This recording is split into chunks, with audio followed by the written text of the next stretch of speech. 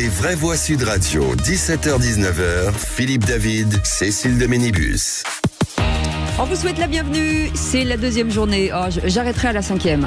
J'arrêterai à la 5 fois, je vous dirai pas, c'est la 5e, la 7e, quoique, on sait jamais. Comment ça va, Philippe David ? J'ai une pression là énorme, je vais vous avouer pourquoi. Parce que vous savez que... Je vous envoie des applaudissements. Vous m'envoyez des applaudissements, oui, une pression énorme parce que ce soir, je vous abandonne de 19h à 20h pour les vraies voix de l'emploi. Parce qu'à partir de 20h, avec Guy Carlier, Emmanuel Galasso et Maxime Sénat à la réalisation, ce sera la première des vraies voix du foot que j'aurai le bonheur d'animer. Et là, vous voyez, j'ai une tension digne de Luis Fernandez qui va tirer son dernier tir au but contre le Brésil en 86. Mais comment il se la pète déjà ? C'est dingue. Non, je vais dire que j'ai vraiment la trouille. J'avoue que je suis un pleutre, un lâche, vous voyez ce que je veux dire. Et au sommaire de cette émission, Philippe, de quoi parle-t-on ? On va faire le bilan de la Ligue 1 après 3 journées et il y a beaucoup de choses à dire, il y a des tops, il y a des flops et on va parler dans deuxième partie, le foot français est-il en danger ? Parce qu'avec l'affaire des droits télé, inutile de dire qu'il y a vraiment un gros danger de krach financier sur le foot français. Et est-ce on est obligé de donner une émission de foot à quelqu'un qui n'y connaît rien, Philippe Bilger ? On peut tout dire de lui, ma chère Cécile. C'est son seul champ de compétence. Allez, on vous souhaite la bienvenue. On est ensemble avec Philippe David jusqu'à bien sûr 19h. Sommaire de cette émission, le grand débat du jour à 17h30. Bruno Le Maire qui annonce un sérieux dérapage des finances publiques. Le déficit pourrait atteindre 5,6% du PIB cette année, selon une note transmise aux parlementaires. La faute aux dépenses des collectivités locales, selon Bercy, qui prône 16 milliards d'économies immédiates. Les recettes ont aussi été beaucoup plus faibles que prévu. Alors parlons vrai, est-ce que pour vous le principal responsable ce serait pas plutôt l'État qui n'a plus fait un budget en équilibre depuis 50 ans plutôt que d'accuser les collectivités locales ? Est-ce que Bruno Le Maire, qui est ministre des Finances depuis maintenant 7 ans, est la personne la mieux placée pour tirer la sonnette d'alarme sur les finances publiques ? Et à cette question, dérapage des finances publiques, les collectivités locales sont-elles les principales responsables ? Vous dites non à 78%, vous voulez réagir ? Le 0826 300 300 ou Aude et son sourire légendaire accueilleront vos appels. Claude Raynal sera avec nous, président de la commission des finances du Sénat et ancien maire de Tournefeuille et ancien élu local. Et puis le coup de projecteur des vraies voix à 18h30, une série de drames pose encore des questions sur la criminalité routière. À Avignon, un cycliste est mort percuté et traîné par une Lamborghini de location. Le chauffeur de 25 ans a pris la fuite dimanche avant de se rendre. Il avait perdu son permis il y a quelques mois pour conduite sous l'emprise de la drogue. Ce drame intervient bien sûr après la mort d'une fillette de 7 ans percutée à Valoris et celle d'un gendarme lors d'un refus d'obtempérer, c'était à Mougins. Alors parlons vrai, Mougins, Valoris, Avignon, est-on dans une spirale infernale ? Est-ce que le délit d'homicide routier devrait revenir sur la table lorsque l'Assemblée va resiéger ? Et à cette question, avons-nous les moyens de mettre fin à la criminalité routière ? Vous dites oui à 56%, vous voulez réagir ? Le 0826 300 300. Rudy Mana sera avec nous, porte-parole national du syndicat Alliance. On vous souhaite la bienvenue, les vraies voix jusqu'à 19h, soyez les bienvenus. Les vraies voix Sud Radio. Bilger. Je vais très bien, ma chère Cécile. Il a remis sa cravate et sa chemise. Ah oui, mais c'est parce fini que l'été. entre Sud Radio et la télé, j'ai pas le choix. Ah ouais, vous avez pas le choix. Pourtant, surtout hier... vous avez repassé du linge, c'est ça. Et puis j'ai remarqué que ma tenue hier un peu désinvolte n'a pas attiré une admiration suffisante et j'ai décidé de reprendre mon classique. J'ai pas vu, c'était quoi la tenue désinvolte ? Il avait un polo avec des superbes biceps. Ah oui, les biceps qu'il a. Ça va, il est pas venu en Marcel non plus. C'était le Yvan Lendl des grandes années. Je ne suis pas capable, comme Jean, de montrer mon poitrail.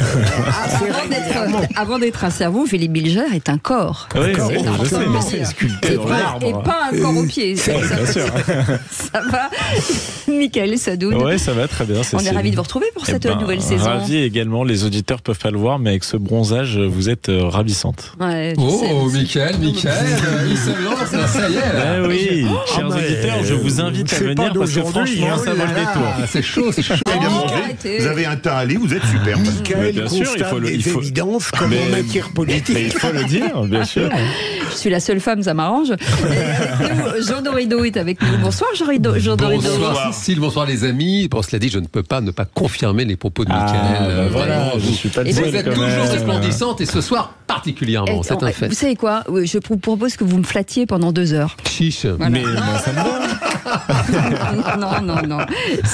Flattez-moi. S'il vous plaît. En tout cas, ce numéro, vous l'avez dit, 0826 300 300 avec Aude qui vous attend, qui est magnifique aussi, bien entendu. Et de talent, elle en a, cette jeune femme, avec notre auditeur du jour, Guillaume d'ici les Molineaux. Bonsoir Guillaume. Bonsoir Guillaume. Oui, bonsoir à tous et ravi de vous retrouver pour cette nouvelle saison. Ah bah nous aussi, on est contents. Vous allez évoquer le désengagement de l'État vis-à-vis des chômeurs. On va en parler dans quelques instants. Vous ne bougez pas. En attendant, le répondeur avec Marie. Oui, bonjour, je m'appelle Marie, j'habite Montrouge, je suis retraitée, j'ai été enseignante. Je suis une ancienne de gauche, bien évidemment. Je ne sais plus trop ce qu'est la gauche, je ne me retrouve pas dans cette gauche. Je ne pense pas qu'elle fasse particulièrement du mépris de classe, je pense qu'elle fait plutôt du racolage. Je pense surtout à monsieur à LFI. Je pense que, quelque part, ils n'ont pas bien compris que la population avait énormément changé et que nos valeurs d'antan ne pouvaient plus être appliquées maintenant, au niveau notamment de la sécurité et de bien d'autres choses encore. Mais je pense qu'ils ne comprennent pas bien qu'on ne peut plus agir comme on agissait dans les années 70. Voilà, en gros, c'est ce que je voulais dire. Maintenant, bien sûr, ça demanderait développement. Développement, Philippe Bilger. Si j'ai bien entendu Marie, elle a dit une chose qui m'a frappé. Oui. Elle a dit je suis enseignante et donc de gauche. Oui. Et donc, si c'était logique. Elle l'était de gauche. Elle l'était. Heureusement, elle a ouvert les yeux, mais j'ai beaucoup aimé ce qu'elle a dit. Ça me paraît une évidence. Oui. Mickaël. Oui. Jean ou Alors, non, c'est pas. Pardon, Mickaël. J'ai beaucoup de tendresse pour les propos de Marie, et puis elle n'est pas là pour avoir un droit de réponse, donc je veux surtout pas lui tomber dessus. Maintenant, moi j'ai été, si vous voulez, je suis passé à la meule. Je suis passé à la meule des enseignants de gauche. J'ai fait toute ma scolarité dans le public, depuis l'école primaire jusqu'à l'école d'ingénieur. Et si vous voulez, ces professeurs de gauche, professeurs donc de gauche, sont quand même les artisans de la gauche actuelle. C'est-à-dire qu'ils ont fabriqué ce résultat. Donc balayons chacun devant notre porte. Des enseignants politisés. Non, moi une observation, c'est juste, je suis chaque fois marqué par la manière dont les gens de gauche sont très fiers de porter l'étiquette de gauche, alors que les gens de droite ne revendiquent jamais l'étiquette de droite. Donc c'est une asymétrie morale qui m'intéresse. Voilà. Guillaume, toujours à ici les Molineaux, et vous avez bien raison, le désengagement de l'État vis-à-vis des chômeurs. Pourquoi vous dites ça ? Pourquoi je dis ça ? Parce que c'est une réalité. Plutôt que de chercher des solutions pour remettre les gens à l'emploi, on va essayer encore une fois de supprimer les chômeurs eux-mêmes. Voilà, c'est plus simple de tuer les cancéreux plutôt que de les soigner. C'est une situation que vous vivez, vous, ou alors c'est un avis général sur la société ? Alors c'est les deux. C'est les deux, puisque je le vis moi-même, puisque je suis moi-même actuellement au chômage. Que confirmation donnée par ma conseillère. Guillaume. On a perdu Guillaume. C'est la conseillère Pôle emploi qui a raccroché. Oui, dommage. C'est dommage. On vous entend, Guillaume ? Guillaume, vous êtes là ? Oui. Guillaume, pardon. Ça a coupé à conseillère Pôle emploi. Oui, alors ma conseillère Pôle emploi me confirmait d'ailleurs que les conseillers Pôle emploi ont plus de 400 à 500 dossiers par conseiller, donc on peut pas faire un bon suivi, c'est pas vrai, avec 500 dossiers. Et là, les postes de conseiller, même pour devenir conseiller Pôle emploi, parce qu'à un moment, au début de mes recherches d'emploi, on m'avait proposé ça. Bon, je me suis dit que j'allais trouver autre chose, évidemment. Enfin, évidemment, parce que le salaire est quand même pas très élevé. Là, il y a plus du tout d'embauche prévue, en fait, par Pôle emploi. C'est-à-dire que les embauches qui étaient prévues c'est peut-être l'occasion. Vous cherchez quoi, en fait ? Il y a peut-être des gens qui vous écoutent qui seraient intéressés. C'est quoi votre profil ? Mon profil, c'est commercial grand compte avec 27 ans d'expérience et j'ai travaillé dans le domaine de l'industrie et des services et de l'informatique. D'accord. Et vous êtes parisien, comme ici les Molineaux, mais mobile au cas où, si on vous proposez un poste à Marseille, à Lyon ou... Aucun problème. Ah bah voilà, Ce que vous allez faire, Guillaume, on va vous garder parce que vous êtes notre vraie voix du jour, et puis vous allez nous envoyer votre CV parce que nous, on a beaucoup d'entreprises avec lesquelles on travaille aujourd'hui, et on va envoyer votre CV, Guillaume, en attendant. C'est adorable. De commenter. Mais il y a un impératif, faire un très bon score au qui c'est qui l'a dit, sinon c'est rédhibitoire. Non, il n'y a pas d'impératif. Même s'il est bon, on s'occupera de lui. Voilà, même si vous êtes bon. Merci, Guillaume. C'est l'avocat qui parle, c'est la justice. Droit comme la justice, Philippe Bilger. Restez avec nous, Guillaume. Dans un instant, justement, le procureur va parler. Le procureur va parler de quoi ? Gabriel Attal devrait dire la vérité aux enfants. Ah ? Eh bien écoutez, d'accord, on en parle dans un instant. Soyez les bienvenus, on est ensemble jusqu'à 19h. À tout de suite. Sud Radio. Sud Radio. Parlons vrai. Parlons vrai. Sud Radio. Parlons vrai. Les vraies voix Sud Radio, 17h-19h, Philippe David, Cécile de Ménibus. Retour des vraies voix, comme dirait Philippe David. Avec son enthousiasme habituel. Absolument. Philippe David, c'était bien ces vacances ? Oh, fabuleux, voilà. Et vous ? Non, oui, très bien. Allez, on s'en fout. Je peux comprendre, on essaie d'imiter Philippe David, c'est ça ? C'était la finale du Brésil en 1954. Garrincha et joli. Écoutez, faites-nous une imitation de Philippe David. Il y a un truc. C'est génial, c'est que du bonheur. Non, c'est génial. Non, c'est pas Patrick Sébastien, ça. Je vous laisse, je vous épargne, Philippe David. Non, mais on l'a déjà en vrai. Et une remarque, Mickaël, Garrincha en finale, c'est en 58 et 62. Ah oui, pardon, parce qu'à chaque fois il la sort, celle-là, je ne la retiens pas, désolé.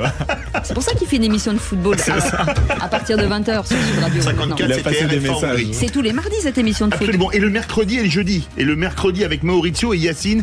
Et une super équipe, il y aura notamment Michel Moulin, l'ancien président du PSG, le jeudi. Il y a le commissaire. Dis donc, vous prenez du galon, dis donc. Il n'y a pas que je fasse attention. Écoutez, vous êtes lieutenant-colonel, moi je vais mettre un brassard de capitaine, mais ce sera encore au-dessous. Allez, on y va. Dans un instant, les 3 mots dans l'actu. Bonsoir Félix, de quoi parle-t-on ? Bonsoir. On va parler de la course à Matignon. L'hypothèse Xavier Bertrand reprend des couleurs de ce drame aussi dans la Manche. Au moins 12 migrants ont péri dans un naufrage aujourd'hui.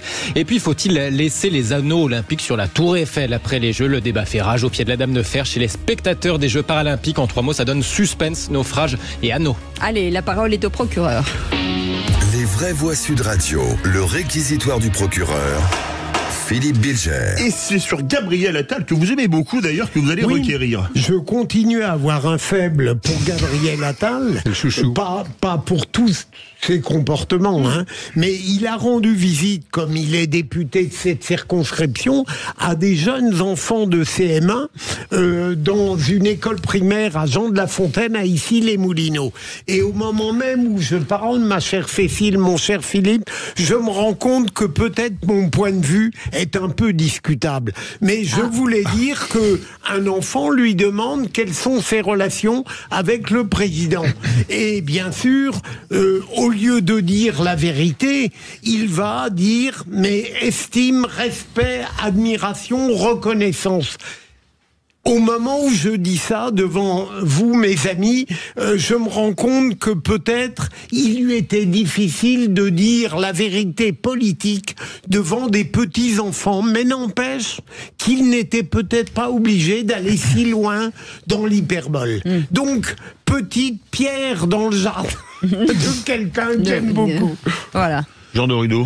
Alors écoutez, l'avis du psy pour le coup, c'est que les jeunes enfants ont suffisamment le temps de découvrir la misère de l'esprit humain et de l'appareil politique. Et voilà, toute la saleté des relations politiques, de les préserver un peu. Là pour le coup, je trouve que c'est tout à l'honneur de Gabi Attal. De Gabi, écoutez, je m'autorise une familiarité là, pour ce soir. Moi, ce que j'ai à dire, c'est que c'est une question de journaliste qui a été passée aux enfants, donc c'est pas vraiment une question d'enfant. Donc il répond en fait aux journalistes par l'intermédiaire des enfants. Donc je trouve que c'est des séquences toujours extrêmement hypocrites. La deuxième chose, c'est qu'il y a peut-être un fond de vérité dans ce que dit Gabriel Attal. Peut-être qu'il y a vraiment du respect et de l'admiration mutuelle entre lui et le président. Tout ça avec la sagesse, évidemment, de l'expérience politique qui fait dire qu'évidemment, il y a des conflits à un moment donné et je pense qu'il les assume très bien. Parce qu'il y a une reconnaissance, j'imagine, de vous nommer premier ministre. Absolument, Cécile. Reconnaissance, c'est le seul terme que j'estime indiscutable. Le reste, aujourd'hui, je pense qu'il en doute. Admiration, je pense qu'il y a de l'admiration pour Macron. Mais je suis pas sûr que Macron ait de l'admiration pour Attal. Allez, tout de suite, les 3 mots dans l'actu. Les vraies voix Sud Radio. 3 mots dans l'actu, Félix, qui sont suspense, naufrage et anneaux. L'hypothèse Xavier Bertrand reprend du poil de la bête dans la course à Matignon. Les oppositions lui promettent déjà la censure du RN au PCF en passant par Éric Ciotti. Au moins 12 migrants viennent de périr dans la Manche au large de Boulogne-sur-Mer. Leur bateau de fortune s'est disloqué alors qu'ils tentaient de rallier l'Angleterre. Et puis la Tour Eiffel, elle était là bien avant les Jeux Olympiques, répondent beaucoup de Gaulois réfractaires à la maire de Paris qui envisage de conserver les fameux anneaux sur le monument après la fin des Jeux. Les vraies voix Sud Radio. Habemus primum ministrum. Ah non, encore, pardon, je m'emballe. Pas de fumée blanche du côté de l'Elysée ni de Matignon. On n'ose plus dire que c'est imminent. Après Thierry Baudet, le président du CESE hier, c'est Xavier Bertrand, le président des Hauts-de-France, qui tient la corde aujourd'hui. Emmanuel Macron teste l'hypothèse auprès de ses différents interlocuteurs. Alors pas de quoi emballer, en tout cas, son ancien camarade de LR, Éric Ciotti, qui promet une motion de censure si c'était le cas. Le RN, le PCF également seraient dans l'optique de censurer un hypothétique gouvernement Bertrand. Du côté des Insoumis, on vise encore plus haut. Mathilde Panot, la présidente du groupe LFI, l'a officialisé tout à l'heure. La proposition de résolution visant à destituer le président de la République au titre de l'article 68 de la Constitution.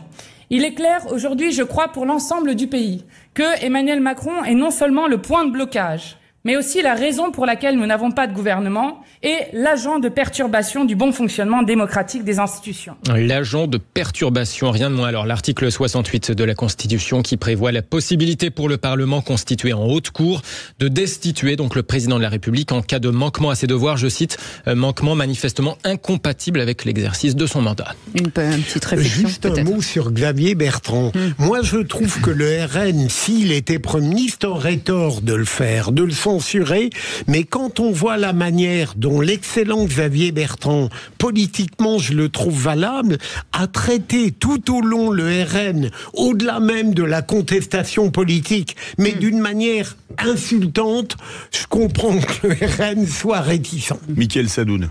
Politiquement valable, je sais pas. Il s'est confronté quand même à un exercice de souveraineté populaire en 2022. On peut pas dire que ça lui ait porté grande chance et qu'il ait eu un très grand succès. Il est arrivé 4e aux primaires de son propre parti, où il promettait qu'il allait arriver au second tour de la présidentielle.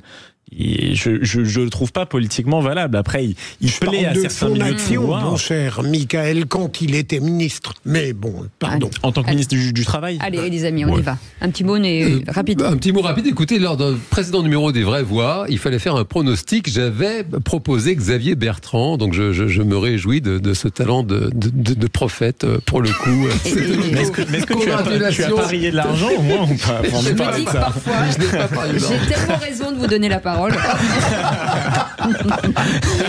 Deuxième mot, naufrage, Félix, avec un peu plus de sérieux. Au moins 12 migrants viennent de périr dans la Manche. Oui, leur embarcation s'est disloquée au large de Boulogne-sur-Mer tout à l'heure alors qu'ils tentaient de rallier l'Angleterre. Le naufrage a fait 12 morts, mais aussi 2 disparus et plusieurs blessés. Donc au moins 12 morts, c'est ce qu'indique le dernier communiqué provisoire encore de Gérald Darmanin, le ministre de l'Intérieur qui annonce se rendre sur place en ce moment même dans le Pas-de-Calais auprès des élus et des secours. Troisième mot, anneaux, ceux des Jeux Olympiques et Paralympiques qui s'affichent sur la Tour Eiffel. Oui, la maire de Paris, Anne Hidalgo, les aime tellement, ces anneaux, qu'elle avait publiquement envisagé de les laisser sur place à l'issue des Jeux, sauf que, l'idée n'emballe pas franchement les héritiers de Gustave Eiffel. Pour eux, les JO, c'est sympa, oui, d'accord, mais la Tour Eiffel était là bien avant.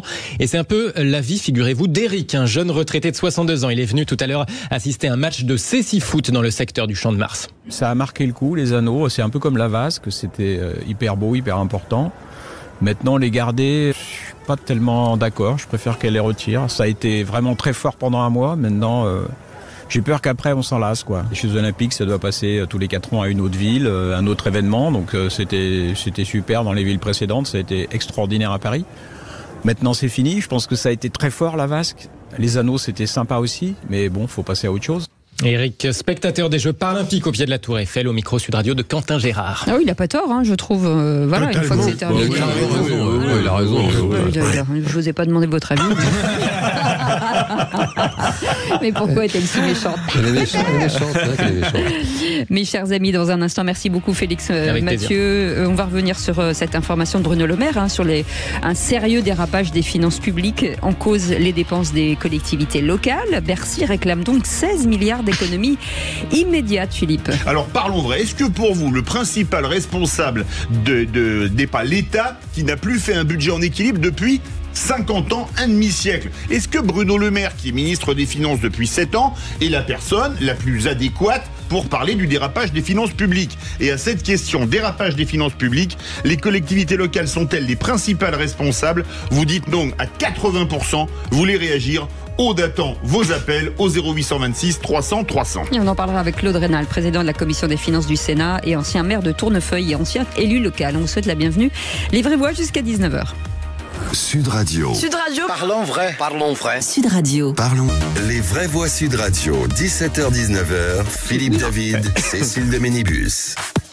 Si vous venez de nous rejoindre, les amis, on vous souhaite la bienvenue. Vous avez 31 minutes de retard. Allez, on a les noms. On vous prévient, on a les noms. Philippe Bilger est avec nous, Mickaël Sadoun est avec nous et Jean Dorido. Bien entendu, certains doivent se dire elle est complètement folle et vous avez complètement raison. Je confirme. Oui, écoute, Philippe, là, il y en a bien qui ne peuvent pas confirmer, c'est bien vous, Philippe David. Parce que la messe, j'ai une liste de voix. Ça fait 2 jours que je retravaille avec vous, j'ai déjà une liste énorme. Bienvenue à tous, tout de suite le grand débat du jour. Les vraies voix Sud Radio, le grand débat du jour. L'argent ne fait pas le bonheur, mais on est tout de même bien content d'en avoir. Pognon, pognon, pognon, pognon, pognon, j'entends parler que de ça tous les jours. Car enfin, pour gagner de l'argent, il faut bien le prendre à quelqu'un. 2500 pièces d'or? Mais vous voulez que je trouve 2500 pièces d'or dans le cul d'une vache? Bruno Le Maire annonce un sérieux dérapage des finances publiques. Le déficit pourrait atteindre 5,6% du PIB cette année, selon une note transmise aux parlementaires. La faute aux dépenses des collectivités locales, selon Bercy, qui prône 16 milliards d'économies immédiates. Les recettes ont aussi été faibles que prévu. Alors parlons vrai, 92% de la dette publique est du ressort de l'État, si on en croit Carole Delga aujourd'hui sur Twitter. Est-ce que les collectivités locales ne seraient pas un peu les boucs émissaires de Bercy? L'État qui a transmis nombre de dépenses aux collectivités locales, je pense par exemple au RSA ou aux routes nationales, aux départements, ne les oblige-t-il pas à dépenser plus? Et enfin, à cette question dérapage des finances publiques, les collectivités locales sont-elles les principales responsables? Vous dites non à 80%, vous voulez réagir? Aude attend vos appels au 0826 300 300. Et nous sommes très heureux d'accueillir Claude Rénal qui est avec nous, président de la commission des finances du Sénat. Bonsoir Monsieur le Président, merci beaucoup d'être avec nous. Philippe Bilger, alors justement sur cette note. Justement, mais j'attends avec impatience le point de vue du président. Le dérapage des finances publiques, même pour quelqu'un qui n'est pas un spécialiste, il est évident, il est éclatant, et par rapport aux pays comparables à la France, nous sommes véritablement en queue de peloton. Deuxième élément, il me semble que la France, son pouvoir, n'ont pas fait tout ce qu'il fallait pour réduire le déficit colossal qu'on vient d'énoncer, parce qu'on n'a pas réduit les dépenses et qu'au contraire on a continué à dépenser au-delà de la période où les dépenses étaient bienfaisantes pour la communauté nationale. Alors quant à savoir si les collectivités locales sont responsables, j'avoue que je n'ai pas les lumières suffisantes pour répondre là-dessus, et j'espère que ça n'est pas une manière assez traditionnelle de la part du pouvoir, et en l'occurrence du ministre, de se défausser d'une responsabilité qu'il n'a pas su assumer. On continue le tour de table. Mickaël Sadoun.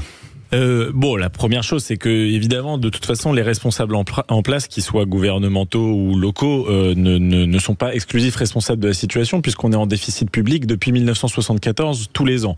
L'autre chose à dire, c'est que géographiquement, l'Europe, de manière générale, est en ce moment en déficit parce que la croissance est faible, ce qui dégrade naturellement le solde structurel de chaque pays. Et il y a en économie ce qu'on appelle des stabilisateurs automatiques. Donc, ce déficit, normalement, permet de relancer la croissance à terme. Donc, c'est un premier point un peu de contexte général. L'autre chose, c'est évidemment qu'il y a une responsabilité, je pense, de l'État et non pas des forces locales ou des édiles locaux pour l'explosion des dépenses de l'État, puisque c'est l'État dans les administrations qui est bien en déficit, plus que les collectivités locales. L'État est en déficit de 150 milliards d'euros. Voilà. Les collectivités locales sont en déficit de 10 milliards d'euros. Seulement, elles respectent un principe qui s'appelle la règle d'or. La règle d'or, c'est quoi ? Ça veut dire on ne s'endette pas à moins qu'on finance des dépenses d'investissement. Donc, les collectivités locales n'ont pas le droit de s'endetter pour simplement payer des fonctionnaires locaux. Donc, globalement, c'est l'État qui est responsable de ça. Pourquoi ? Politiquement, parce qu'Emmanuel Macron a racheté sa réélection. Concrètement, c'est juste ça. Il a racheté sa réélection en subventionnant une économie qui ne tient que sur des subsides de l'État. Jean Dorido.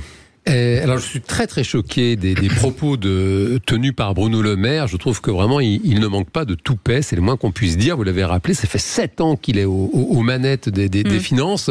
Et la question pour notre invité, monsieur le sénateur, je me demande quels sont les leviers que possède le Sénat pour remettre à sa place un ministre lorsqu'il tient des propos d'une telle injustice. L'État s'est défaussé avec la décentralisation sur les collectivités locales pour assurer énormément de fonctions essentielles. Et la France n'a plus d'argent, ça c'est un fait, parce qu'elle s'est désindustrialisée. Et je trouve scandaleux les propos de Le Maire, et je me demande bien ce que peut faire le Sénat pour le remettre à sa place.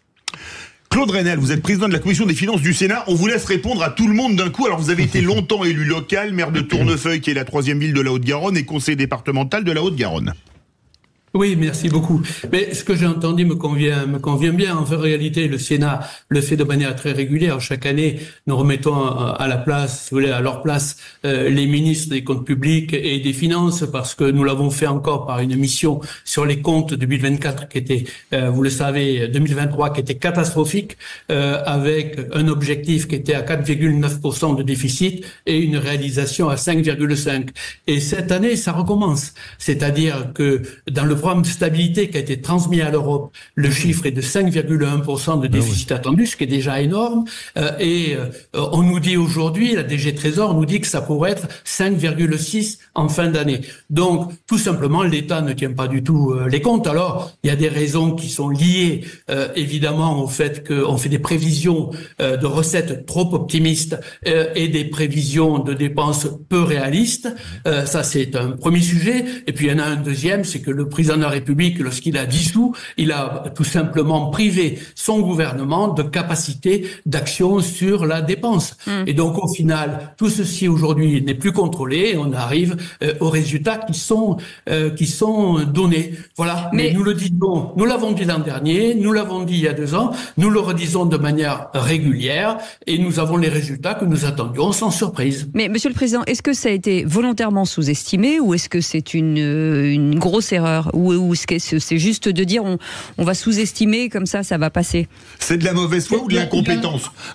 Il y a, si vous voulez, on l'a vu sur les comptes de l'an dernier, il y a des choses que l'on peut imaginer, des choses qui sont plus difficilement imaginables. Ce qui est certain, c'est que lorsqu'on n'est pas tout à fait certain, par exemple, des recettes de l'État, il est bon de prendre plutôt une valeur moyenne de recettes à attendre plutôt qu'une valeur maximale. Si on prend des valeurs maximales partout, eh bien, il y a un risque qu'on ait effectivement des recettes qui soient très largement inférieures à celles qui sont attendues. Mais chez en particulier le ministre Le Maire, il y a toujours, vous le savez, un aspect, positif, une volonté d'entraînement et un peu l'espoir que les choses vont se réaliser comme on les prédit. Eh bien, ça fait déjà au moins 2 années que ça ne suit pas du tout en matière de recettes, notamment ce qui était d'habitude le morceau que l'on connaissait le mieux. On connaissait dans le budget plutôt bien les recettes et on pouvait faire des erreurs sur la dépense et être dépassé par la dépense, si j'ose dire.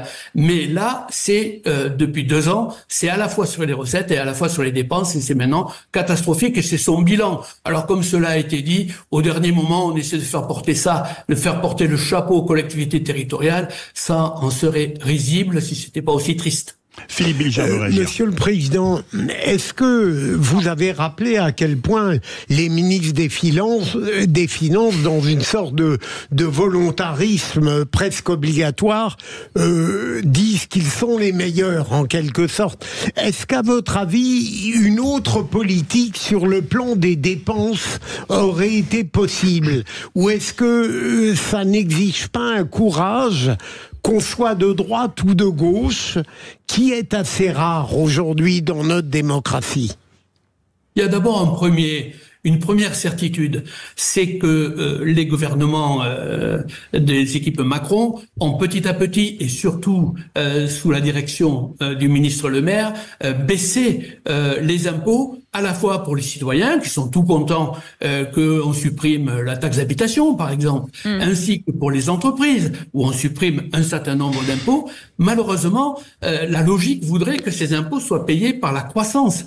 On baisse les impôts, mais on augmente les recettes grâce à la croissance. Et bien sûr, ce n'est pas le cas. Il y a eu des crises significatives. Pendant les crises, il aurait fallu suspendre cela. On a en gros gaspillé, si je puis dire, 60 milliards de recettes qui ont été rendues aux entreprises et aux citoyens. Mais aujourd'hui, elles manquent. Elles sont tout simplement payées par la dette. Ça, c'est une erreur totale et absolue. Quand ensuite, sur la dépense, il y a toujours un travail à faire, il est permanent, il a existé depuis très très longtemps, depuis la crise de 2008, avec les gouvernements de Sarkozy, avec 2012, les gouvernements de Hollande, il y a eu des baisses de dépenses qui ont pu être faites ici ou là, quelquefois et très souvent à bon escient et sans que ça mette en grande difficulté les services. Il y a toujours possibilité d'améliorer les choses, mais de grâce, il va falloir aujourd'hui dire clairement qu'il faut jouer sur la dépense et sur les recettes.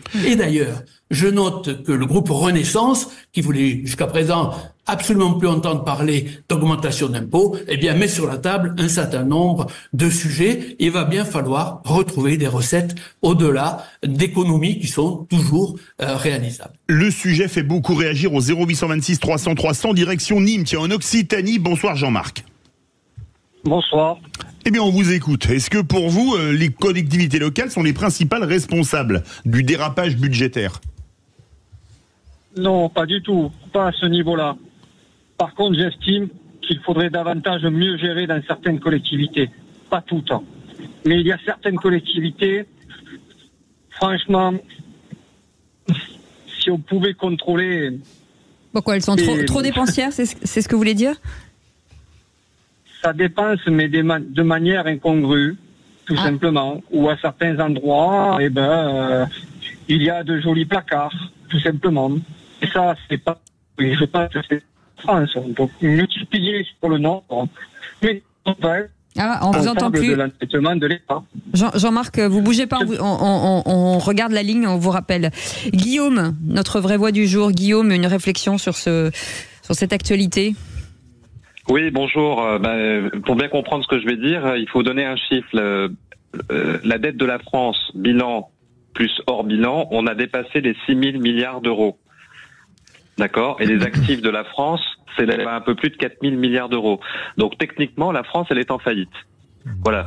Et je pense que Bruno Le Maire est responsable par son incompétence. Dans n'importe quelle société privée, il n'aurait pas duré 6 mois, il aurait été viré. Dans les sociétés privées, on contrôle effectivement la masse budgétaire, ce qui est alloué pour chaque dépense. Et en France, le problème, c'est qu'on a un millefeuille administratif et que c'est pas en créant de nouvelles structures qui vont contrôler les structures qui contrôlent les structures qui contrôlent et ainsi de suite qu'on va y arriver. Donc, ce qu'il faut, c'est réindustrialiser ce pays, pas simplement en proposant à des sociétés comme Amazon ou d'autres de s'installer pendant 3 ans avec des dérogations fiscales parce qu'au bout de 3 ans, ils se barrent. Voilà, il n'y a pas d'autre mot. Ils profitent des aides et puis 3-4 ans après, vous avez qu'à voir les historiques, ils s'en vont et ils vont délocaliser ailleurs. Et faire reposer, je dirais, les incompétences et le mode de fonctionnement administratif de notre pays, qui est je sais pas si vous avez vu le film Brasil, mais on est en plein dans ce film-là. Bon, c'est kafkaïen comme situation. Enfin, c'est même plus du machiavélisme. Guillaume. Donc là, oui. On va faire réagir Claude Raynal, ce qui nous reste à peine 3 minutes. Claude Raynal, vous entendez ce que disait Guillaume et ce que disait Jean-Marc. En 2007, c'était il y a 17 ans, François Fillon, qui venait d'être nommé Premier ministre, disait « Je suis à la tête d'un pays en faillite ». Est-ce que maintenant on y est? Et deuxièmement, comme le disait Jean-Marc, est-ce qu'il y a aussi quand même des gaspillages dans certaines collectivités locales? Mais nul n'est parfait, comme il y en a au niveau de l'État, soit dit en passant. Mais comme toujours, il faut être excessif en rien.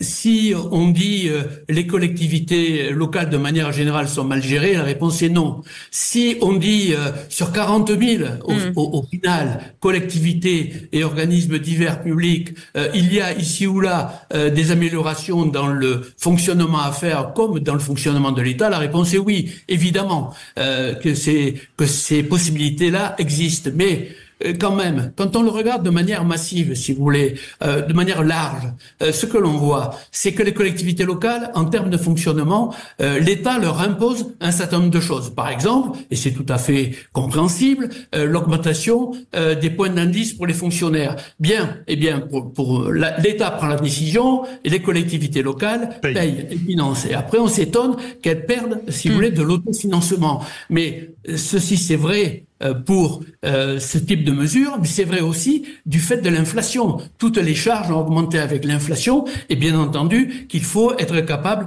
d'y faire face. Donc, bien sûr qu'il y a des augmentations qui sont tout à fait naturelles et tout à fait compréhensibles et bien sûr aussi que dans certaines collectivités, il y a sans doute des améliorations à faire en termes en termes de comptabilité et de gestion. Il n'y a pas de difficulté sur ce point-là et c'est reconnu par tout le monde. Claude Raynal, soyons clairs, est-ce que vous êtes inquiet ?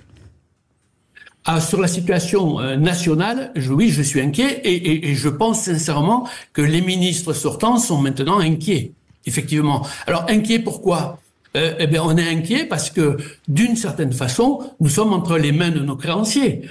Et que donc, chaque fois qu'on aura des mauvaises nouvelles sur le front des comptes publics, lorsque, effectivement, on dit à tous les partenaires et à tous les financeurs que l'on va faire 5,1%, c'est-à-dire qu'on va décroître de 5,5 à 5,1, qui est une petite baisse, et que au final, on pourrait être à 5,6, effectivement, ça inquiète nos financeurs et on ne sait pas quelle va en être la conséquence, qui peut être effectivement d'abord un surenchérissement du coût de la dette, premier temps, et deuxième temps, même l'impossibilité pour partie de se refinancer. Donc, voilà, il faut regarder les choses avec une certaine gravité aujourd'hui. Un mot rapide, Mickaël Sadoun, Jean Dorido.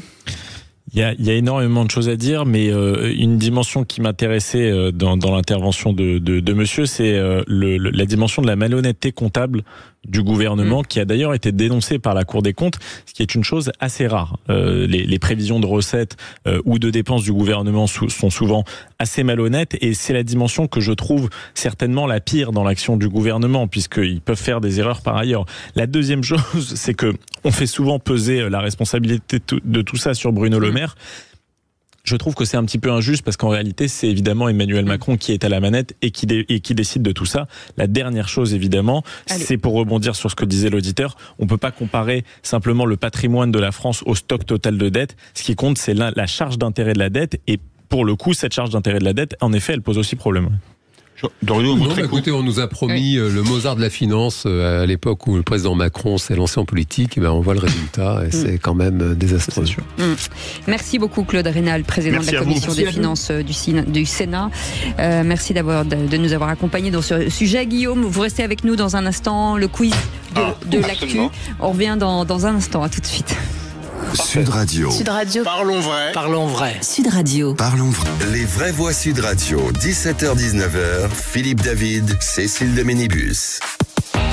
C'est les vraies voix jusqu'à 19h tous les jours de 17h à 19h. Vous êtes de plus en plus nombreux à nous écouter et déjà on ouvre cette nouvelle saison avec des taux d'audience et des présences sur les réseaux sociaux qui sont assez impressionnants, forte progression. Et merci à vous d'être fidèles et chaque jour plus nombreux au poste. Et tout de suite, chers amis, tant attendu, le gagnant, bien sûr, se déterminera dans quelques instants. Il gagnera cette fois-ci de façon totalement exceptionnelle. Absolument rien. Allez, tout de suite, le quiz de l'actu. Les vraies voix Sud Radio, le quiz de l'actu. Ça, c'est de l'annonce, je vous le dis tout de suite. Guillaume, il faut gagner ce quiz de l'actu. Toutes les entreprises de France pour le quiz de l'actu. Vous attendent avec impatience, bien entendu. C'est une question de 2 points. Qui c'est qui l'a dit? Si on est là, c'est parce que Nicolas Sarkozy a perdu, parce que le Karcher n'a pas été passé. Bardella? Non. Ciotti, il a dit plus rapidement. 2 points. Éric Ciotti, fondateur de l'Union des droites pour la République. Ah, j'étais pas très loin. Non, c'est pas mal. Qui c'est qui l'a dit à 3 points? C'est drôle. La Tour Eiffel n'est pas le porte-manteau individuel de Madame Hidalgo. C'est vrai que c'est drôle. Alors, c'est un député de macroniste. Enfin, là, j'aurais mis 7 points, parce que... Député macroniste. Il est très médiatique. Ah oui. Je sais, je prends le jeu. Maillard ? Non. Maillard. Député de Paris aussi. Monsieur Carl Olive. Non, de Paris. C'est pas Maillard, non. C'est Benjamin Haddad. Bonne réponse de Mickaël Sadoun qui marque 3 points. Benjamin Haddad. Bravo, Mickaël. Question qui c'est qui l'a dit à 2 points. Tel un ange déchu de la politique, Emmanuel Macron s'est mis à porter une lumière noire. C'est un ancien ministre, Guillaume. Ah non, dommage. Mais Ne Guillaume. dites pas. Non. Guillaume. Un ancien ministre, pas un ministre démissionnaire. Non. Pas de réponse ? Blanquer. Bonne réponse de Philippe Bilger qui engrange 1 Jean-Michel point. Blanquer, ancien ministre de l'Éducation. C'est dur, hein. Il est très bon le livre. Hein. Qui c'est qui l'a dit à 2 points? On arrive à un niveau de dette dans notre pays où les Français commencent à réaliser, à comprendre. Marc Toiti. Non. François Bayrou. Non, c'est un député LR. Un cadre important de chez les RLR. C'est pas Retailleau. Non, c'est... Bellamy. Vauquier. Un cadre important. Vous oubliez tout le temps. Jacob, Christian Jacob. Non, on l'oublie tout le temps. Attendez. Olivier. Marlex. Philippe Bilger. Oui, mais on évite maintenant parce qu'il n'est plus. Marlex, il est toujours député. Oui, il est député, mais. Il est président du groupe. Moi, j'ai envie de mettre 2 points à Cécile. Après sa place. J'ai envie de mettre 2 points à Cécile parce que sans elle, vous étiez cuit. Hein. Non, mais attendez. Mets des points Olivier, je l'ai dit collégialement, c'est-à-dire que tout le monde pouvait répondre. Des points à Cécile. Oui, c'est pas faux. Et à Cécile, je les mets en permanence. Je pensais que vous étiez en train d'interpeller un Olivier qui était là. Il est de mauvaise foi, ce Philippe David. Qui c'est qui l'a dit à 2 points? Thierry Baudet est celui qui permettra à Emmanuel Macron de rouler les Français dans la farine. Eh bien, dis donc. Je sais pas, Mélenchon, par Non, Bardella. Non, c'est le même parti que Bardella. Marine Le Pen. Non, Chenu. Bonne réponse. Là, le plus rapide a été Mickaël Sadoun. Quel talent. Sébastien Le Chenu. plus rapide était qui? Il avait un quart de seconde d'avance sur vous. Oui. J'ai décidé d'être zen. Soyez zen. Ouais, parce que moi j'aurais fait des croche-pieds. C'est qui l'a dit à 3 points. Écoutez bien, Guillaume, c'est pour vous, j'espère. Sur Thierry Baudet. Ah, j'espère, parce que sinon je vais terminer à 0 là. Ouais, mais vous allez voir que je vais changer les règles. Son manque d'expérience est pénalisant. Oh là là, c'est dur ça, mon Dieu. C'est une femme. Oui, je crois. Langue au charme. Ça doit être Delga. Bonne réponse de Philippe Bilger. Carole Delga, présidente de la région Occitanie. Qui c'est qui l'a dit à 2 points? Je pense que Bernard Cazeneuve n'est plus de gauche. Qu'est-ce que vous jouez bien la comédie? Je pense que Bernard Cazeneuve n'est plus de gauche. Guillaume, c'est une femme. Ouais. C'est une femme. Elle fait du water polo. Ségolène Royal. Non. Panot. Elle fait du water polo. Celle qui s'est baignée dans la grande. Manon Aubry. Bonne réponse de Mickaël Sadoun. C'est vrai qu'elle est forte en water polo. Depuis quand Ségolène Royal fait du water polo? C'est vrai qu'il a répondu du tac au tac. Tout à fait, Ségolène Royal. Est-ce que vous avez l'image? Vous avez l'image en tête? J'ai l'image. C'est assez agréable, je peux vous dire. Question qui c'est qui l'a dit à 3 points. Emmanuel Macron utilise le dernier pouvoir qui lui reste, celui de la nomination, pour protéger son propre pouvoir. Alors, il a été politique pendant longtemps, il est un peu retiré, il a même été premier secrétaire du PS. Bah oui. Guillaume. Fabius. Non. Lionel Jospin. Non. François Hollande. Plus récent. Non. Jérôme Gage. Ah non, ça y est, l'ancien gauchiste. Patrick Caner. Oui. Tu sais, bon, il a un double prénom. Oui, mais oui. Jean-Pierre. Gentil. Jean-Christophe. Jean-Christophe Candabelli. Non, il a été le plus rapide. Largement. Mais on a mis du temps. C'est du diable Vauvert. Eh ben, écoutez-moi, Guillaume. Je vous avais dit que j'allais changer les règles, puisque on jouait aujourd'hui à qui perd gagne. Bravo, Guillaume. Bravo, Guillaume. Oh la main. Ah, je suis content. Et ben voilà, vous avez gagné. Et Guillaume est très bon joueur. Il est top, Guillaume. Très fort. Guillaume, vous avez entendu ce qu'on vous a dit. Envoyez-nous votre CV, soyez mignon. Ah oui. Aude au standard. Écoutez, c'est gentil. Aude au standard va vous donner les coordonnées de Sud Radio, en tout cas un mail, et on va le faire passer. Voilà, chose promise, chose due. On vous embrasse très fort, Guillaume. Merci d'avoir joué avec nous. Dans une petite dizaine de minutes, le tour de table de l'actu des Vrais Voix. Vous savez, c'est l'actu de nos Vrais Voix qui ont envie de mettre à l'honneur une personnalité ou un sujet. Philippe Bilger. Un immense avocat vient de mourir. Ouais. Avec vous, j'allais dire Tom, pas du tout, ça n'est pas c'est Mickaël Sadoun.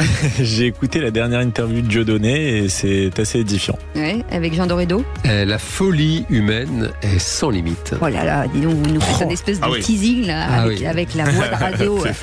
On revient dans un instant. Sud Radio. Parlons vrai. Parlons vrai. Sud Radio. Parlons vrai. Sud Radio. Parlons vrai. Les Vraies Voix Sud Radio, 17h-19h, Philippe David, Cécile de Ménibus. Nous sommes ensemble jusqu'à 19h, comme tous les jours de 17h à 19h, les Vraies Voix avec Philippe David, bien entendu. Philippe Bilger est avec nous, Mickaël Sadoun, Jean Dorido et vous au 0826 300 300. Dans un instant, Anthony Martin-Smith sera avec nous, judoka paralympique et consultant Sud Radio. On fera un petit point sur les JO paralympiques. Et tout de suite, je vais pousser un coup de gueule. Comme d'habitude, je vais remettre le clocher au milieu du village. Un coup de gueule qui s'impose face à un drame que vit une partie de la France dans le silence assourdissant des médias. Un morceau de France qui n'est pas en Europe mais au bout du monde et qui s'appelle la Nouvelle-Calédonie. Depuis des semaines, les incendies de lieux de culte et de mémoire succèdent aux pillages et aux mises à sac. Le 16 juillet, l'église de Saint-Louis a été brûlée. Le surlendemain, c'était au tour de l'église de Vao dans l'île des Pins d'être détruite par les flammes. Le 20, c'est le presbytère de Thio qui a été incendié. Le 23, à Alafoa, la tombe du chef Ataï et la stèle en mémoire des 32 victimes de l'insurrection de 1878 ont été profanées. Enfin, le 13 août, la sacristie, l'autel et la chapelle de l'église de Thiers à Point-d'Imier ont été aussi détruits par un incendie.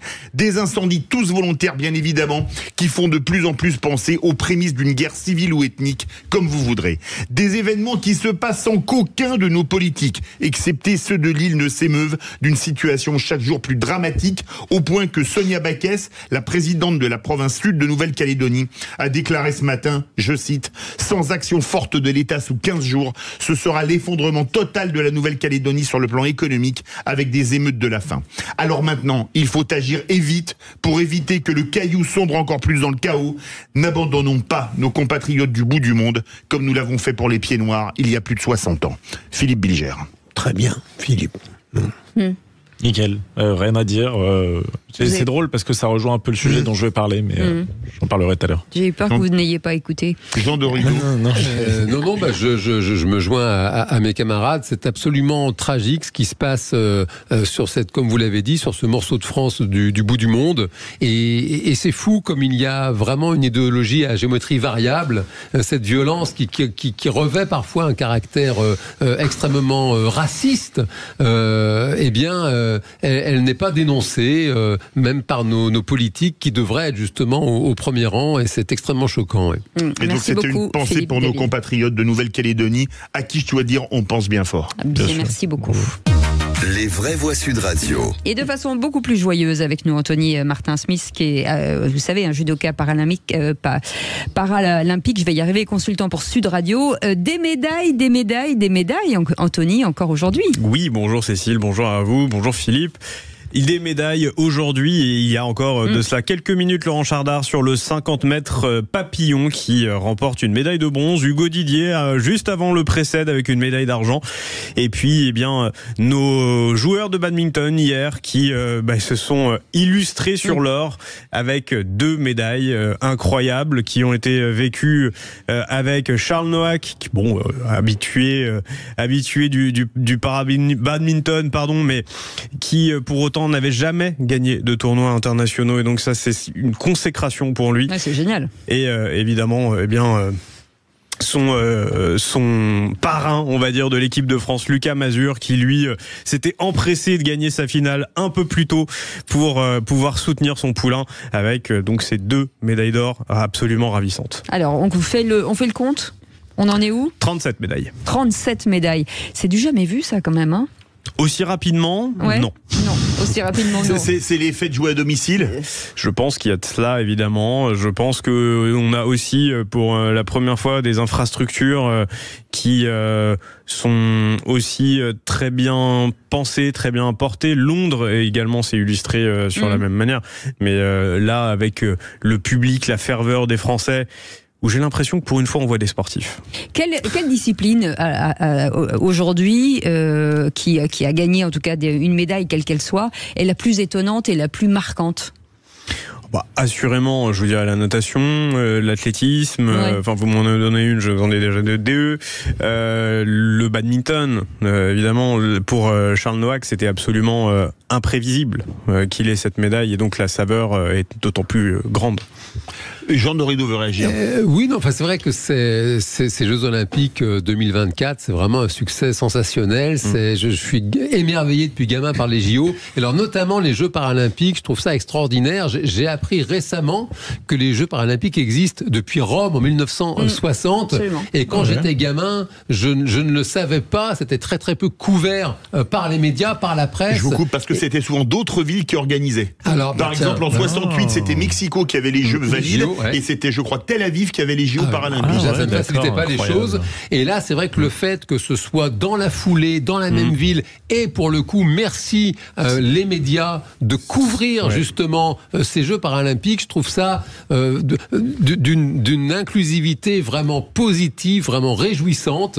Et c'est vrai que je suis d'autant plus émerveillé par ces Jeux. C'est 1988 qu'on est sur les mêmes villes en Séoul, depuis Séoul. Depuis Séoul. Anthony, est-ce que ça veut dire que, comme ça l'a été pour le football féminin, est-ce que ça veut dire que peut-être que les télés vont se prendre au jeu de se dire qu'on va commencer à diffuser des matchs sur des sports comme les Paralympiques? Il y a de l'intérêt, il y a de l'audience. France Télé, de toute façon, a été contraint de couvrir à la maison 24 heures sur 24, ce qui n'était pas le cas auparavant. Donc, il faut quand même remettre un petit peu l'église au milieu du village, comme dirait Philippe.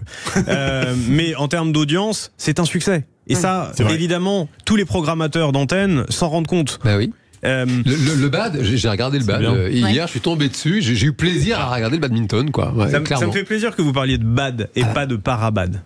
Parce que on parle de paralympique, mais en fait les mots ont un sens. C'est vrai. Et on a du mal à comprendre lorsque l'on ne comprend pas déjà l'essence même des mots.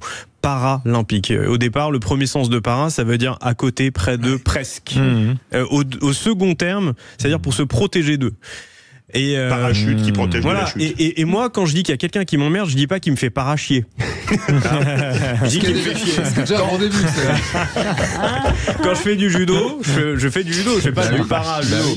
Donc, c'est vrai que moi, j'aimerais juste qu'on arrête de parler de ces para-athlètes. J'entends ça parler à longueur de temps sur les antennes. Non, ce sont des athlètes. Oui, c'est vrai. Ils sont pas à côté d'eux, ils sont à côté des Jeux Olympiques. Et encore, est-ce que les valeurs ne seraient pas les mêmes? Est-ce qu'on n'est pas face à des athlètes olympiques? Alors précisément, mon cher Anthony, vu qu'il connaissait le sujet, est-ce que vous préféreriez par exemple Jeux Olympiques pour sportifs porteurs de handicap? Bien sûr. C'est mieux.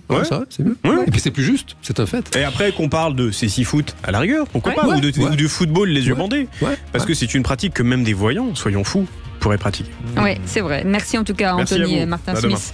On vous retrouve demain et dans un instant le tour de table de l'actu de Nos Vraies Voix avec Philippe Bilger. On parle de quoi? d'Henri Leclerc. Voilà, un avocat qui nous a quittés avec vous, Jean Dorido. Un monsieur qui a drogué sa femme et qui l'a filmé en train de se faire violer par des hommes qu'il conviait lui-même sur Internet. Michael Sadoun. De la dernière interview de Dieudonné qui, je crois, n'a pas beaucoup changé. Merci beaucoup, on en parle dans un instant, on fait une petite pause. Et merci de votre fidélité à Sud Radio. Sud Radio. Sud Radio. Parlons vrai. Parlons vrai. Sud Radio. Parlons vrai. Les vraies voix Sud Radio, 17h-19h, Philippe David, Cécile de Ménibus. Chers amis, autour de cette table, du lourd et du léger, c'est à vous de définir qui est lourd, qui est léger. On parle physiquement, bien sûr, pas intellectuellement, bien sûr. Philippe Bilger est avec nous, Michael Sadoun et Jean Dorido sont avec nous. Et Philippe David, bien entendu. Dans quel camp vous êtes-vous ? Intellectuellement très léger et physiquement très léger aussi. Et ben, moi c'est pareil. Voilà. Allez, bienvenue à tous. Tout de suite le tour de table de l'actu des vraies voix. Mais on est chez les fous, là. J'ai une intelligence et un physique très moyen. Ah bon? À table, il y a du sanglier qui vient d'arriver par galère. Mais attendez, on est à la table ronde quand même, on fait pas un barbecue. Le tour de table. De l'actualité. On pourrait faire un barbecue, mais on va plutôt parler de choses intelligentes et intéressantes, Philippe Bilger. Henri Leclerc est mort et ça m'a beaucoup touché parce que il se rajoute à une liste qui m'a beaucoup bouleversé. L'avocat. Temim, Haïk, Thierry Lévy et j'ai Thierry Lévy, Haïk, Temim, je l'ai dit. Et non. Thierry Lévy, ils sont 4. Et Henri Leclerc est mort et pour moi ça a été quelque chose de bouleversant parce que je n'étais absolument pas d'accord avec lui sur le plan politique. C'était un grand avocat d'extrême gauche, mais d'une intégrité, d'une honnêteté absolue, socialiste disons, et un immense avocat parce que il était une encyclopédie juridique. Sur le plan du foot, il aurait été battu, mais sur le plan du droit, il était absolument indépassable. Avocat sur tout terrain judiciaire, et il avait créé une éloquence à l'américaine en détruisant l'éloquence classique pour en retrouver une autre. Et à côté de cela, une passion, une juvénilité, une sympathie, un respect de la magistrature, d'une certaine manière, pas sur le plan du talent, parce que Dupond-Moretti en avait tout de même, mais une attitude de courtoisie judiciaire qui était absolument admirable. Un très grand avocat. Jean Dorido, j'ai toujours eu une grande admiration pour les avocats, pour le métier d'avocat. C'est vraiment une discipline que je trouve sensationnelle, qui a de grands rapports avec la psychologie. J'ai la chance de côtoyer dans une partie de mon métier de grands avocats, et ce sont de fins psychologues très souvent, et j'ai le sentiment de comprendre le chagrin, l'émotion de Philippe Bilger, parce que c'est un fait, c'est une profession. Je trouve en tout cas, je connais des avocats qui sont très très érudits, qui ont ce sens justement de cette connaissance, dans le bon sens du terme, avec aussi cette tradition, cette transmission. Ils puisent souvent dans de vieilles plaidoiries, ils lisent les plaidoiries. Il y a vraiment un art du verbe qui s'assoit sur la science du droit que je trouve admirable. C'est vrai que j'ai une qualité d'écriture incroyable. Et ce sont souvent de très bons auteurs quand ils se mettent à écrire. On a en ce moment là l'actu Abel Quentin qui vient de sortir encore un roman, qui est avocat dans la vraie vie, dans la vie professionnelle. Donc oui, j'ai le sentiment de comprendre les propos de Philippe Bilger sur le sujet. Michael Sadoun. J'ai fait pendant mes études des concours d'éloquence qui m'ont permis de rencontrer des avocats assez célèbres, et notamment à l'époque Maître Temim, et à chaque fois en effet c'était des rencontres marquantes. C'est des gens que je trouve vraiment admirables. Je les trouve en fait extrêmement complets sur un plan intellectuel. Ce sont des gens qui sont à l'aise à l'écrit, mais ce sont des grands hommes de l'oralité aussi. C'est des gens qui ont une capacité de structuration presque scientifique de leur raisonnement, mais qui en même temps ont un sens lyrique et littéraire. Je trouve que c'est des gens extrêmement complets et souvent assortis d'une personnalité, quand c'est des grands ténors du barreau, qui est assez fantasque, qui est extravagante. Donc en général, je trouve que c'est des hommes assez impressionnants. Ça ne m'étonne pas que ce soit des gens en contact souvent avec la politique et la haute politique. Ça l'a été, en tout cas pendant un moment, nos grands hommes politiques étaient d'anciens avocats. Voilà, simplement grande admiration pour ces hommes-là. Oui, je rebondis sur les propos de Mickaël. C'est un fait que c'est un métier qui est quand même qui s'inscrit dans les institutions, et pourtant on trouve de l'excentricité chez certains avocats. C'est tellement réjouissant. On parle souvent de politique ici qui sont d'une tristesse pas croyable. C'est génial, c'est super ce que ça vous dites. fait du bien. On va passer de l'avocat à l'accusé. Ah bah oui. Voilà. Ah, et non, alors là, écoutez, une histoire complètement dingue, pardon pour le mot. Terrible, c'est effrayant. Il y a quelques années, un type se fait arrêter dans un supermarché parce qu'il filme sous les jupes des femmes. Bon.